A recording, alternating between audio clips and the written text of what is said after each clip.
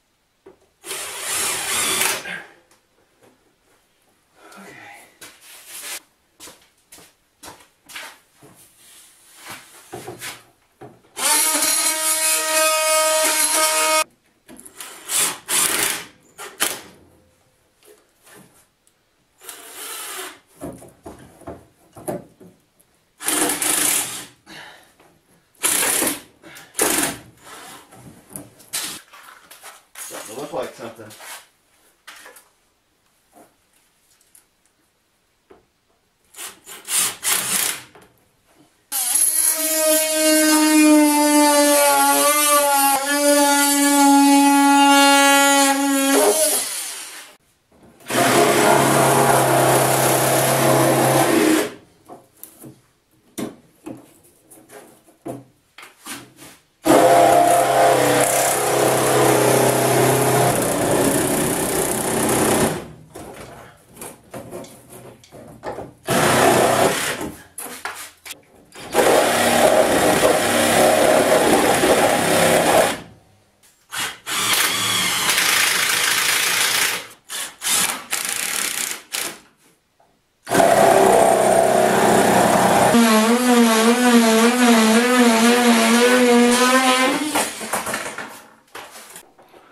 Alright, here's the finished product.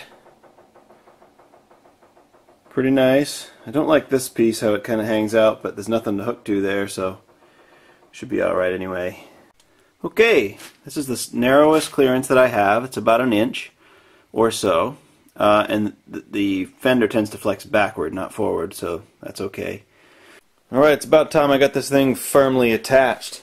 What I have already been doing over in this neighborhood is drilling straight down through to the framing material.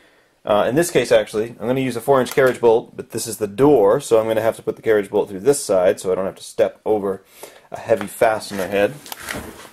And I can bolt straight into not only the frame for the decking of the motorhome, this part here, but I can also get right into, as you can see already, I've got a hole in it, the metal of the frame, which is attached to the rest of the frame of the camper.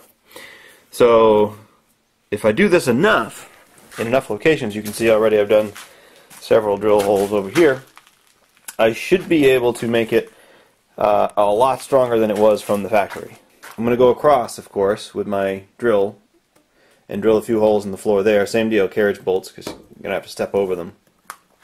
Underneath of this piece right here, underneath the decking, is yet another piece of the floor framing, which you would be able to see if it weren't for these beautiful fenders that I installed just recently. Yeah, you can kind of see it. Well, you can see the leading edge of it. Anyway, there is the framing right there that I can bolt to. The only thing that I regret is I can't really get into any of these framing members, maybe one bolt into that. So I'm going to kind of have to rely on what the original camper manufacturer had for a system to attach the floor to the frame, but it's probably good enough. So I'm going to try using the Home Depot special impact driver with these fancy new square bits. I don't know if you're using these yet in your shop. They do work quite well. The Ryobi version of these actually lasted longer than the DeWalt version of these, believe it or not. No tightening of the drill chuck. I'm not going back, I'll tell you that.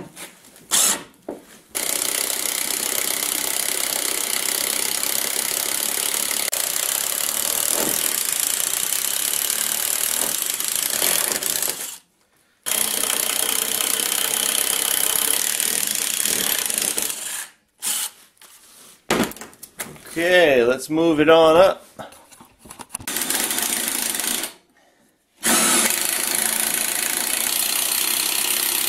You feel so cool when you use one of these things. It's like riding a Harley Davidson. You get to be really loud. And I can't wait to get out of this phase of all this crap all over the place. I could clean it up, but the next time I make a cut, it's just going to be back again, so just live with it for a while. So with this one, I'm aiming for a really specific target. I want to try and catch that frame, and I think I can. If I use my fancy slide rule.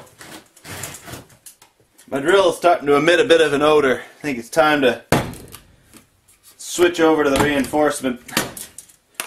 Fine with my electronics if I shut her down when she starts smelling bad. I can usually keep her working for another few years. What do we got? Oh, oh, oh, I'm excited. Look at that.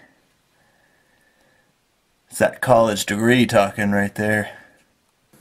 Maybe have a length to do the last bit of it. We'll see. Ah.